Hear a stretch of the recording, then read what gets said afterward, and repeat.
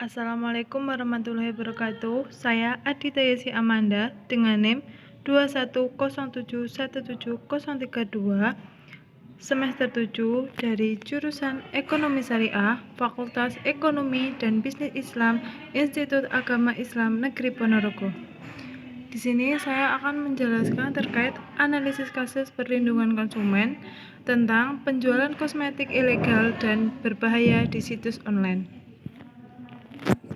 Yang pertama yaitu terkait deskripsi kasus.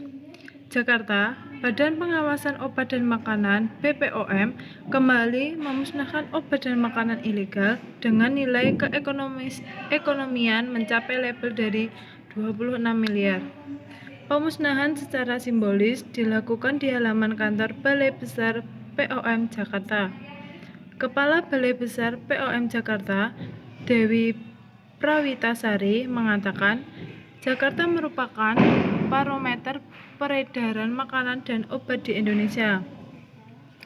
Jakarta juga merupakan pusat kegiatan ekonomi yang menyediakan kebutuhan ekonomi masyarakat, tak terkecuali obat dan makanan, sehingga banyak pasar yang menjadi sentra sumber distribusi ke seluruh wilayah. Namun, kerap kali hal ini dimanfaatkan oleh pihak tak bertanggung jawab yang memasarkan produk makanan dan kosmetik ilegal. Penjualan obat dan makanan secara online didominasikan oleh kosmetik, jamu, dan pangan. Produk ini tidak terdaftar atau ilegal.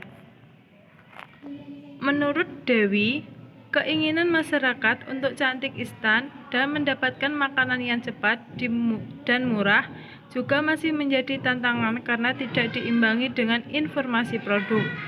Produk yang dimusnahkan merupakan hasil operasi penertiban terhadap obat dan makanan ilegal sepanjang tahun 2014 sampai 2016 dan hasil pengawasan rutin oleh BPPOM di Jakarta selama tahun 2015 hingga 2016 dari hasil operasi penertiban. Produk yang dimusnahkan terdiri dari 450 item pangan dan kosmetik tanpa izin edar senilai lebih dari 24 miliar.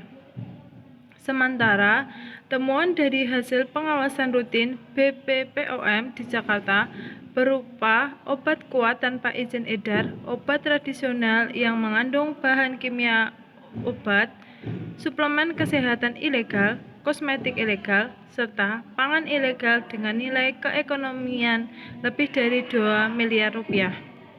Seluruh barang bukti yang dimusnahkan telah mendapatkan ketetapan pemusnahan dari pengadilan negeri setempat dan akan dimusnahkan di tempat pemusnahan akhir di wilayah Tangerang, Banten. Kegiatan pemusnahan seperti yang dilakukan hal ini merupakan salah satu cara untuk memastikan agar obat dan makanan ilegal tersebut tidak lagi beredar dan dikonsumsi oleh masyarakat. Tungkas Kepala Badan POM, Penny K. Lukito. Lebih lanjutnya, Kepala Badan POM kembali menegaskan kosmetik untuk terus mengintensifkan koordinasi dengan lintas sektor terkait demi memperkuat sistem pengawasan obat dan makanan di Indonesia. Yang selanjutnya yaitu analisis kasus.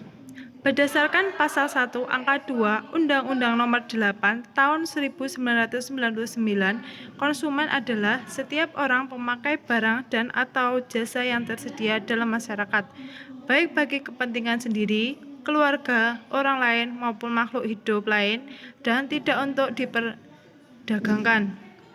Dalam pasal 4 Undang-Undang Nomor 8 Tahun 1999 hak konsumen dan pasal 7 Undang-Undang Nomor 8 Tahun 1999 kewajiban pelaku usaha.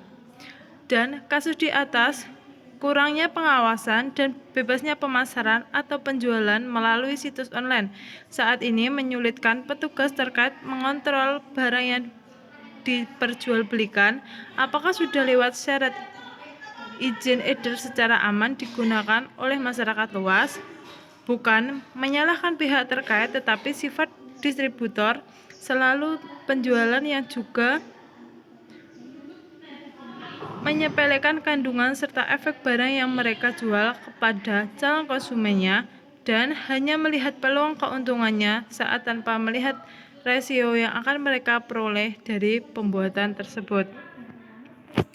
Sikap BPOM yang bekerja keras untuk menuntaskan kasus ini dapat diapresiasi dengan baik karena mampu melacak transaksi penjualan kosmetik impor ini melalui sosial media online.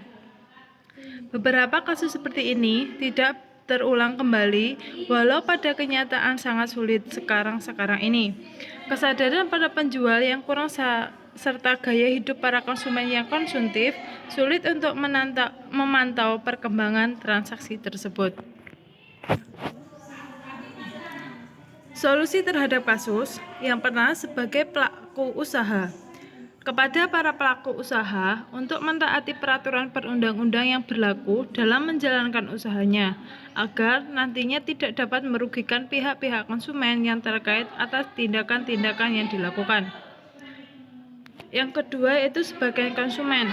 Sebagai konsumen, sebaiknya harus lebih jeli dan teliti barang apa yang akan dikonsumsi dan jangan tergiur karena barang tersebut adalah barang impor dan dijamin akan menunjukkan hasil yang cepat atau signifikan pada kulit tanpa tahu ternyata bahan kosmetik tersebut mengandung bahan berbahaya bagi tubuh.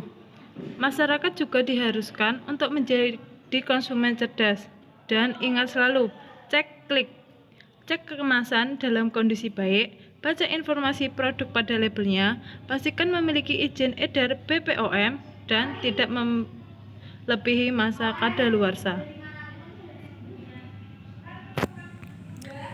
Sekian, terima kasih. Itu tadi sedikit dari penjelasan saya. Assalamualaikum warahmatullahi wabarakatuh.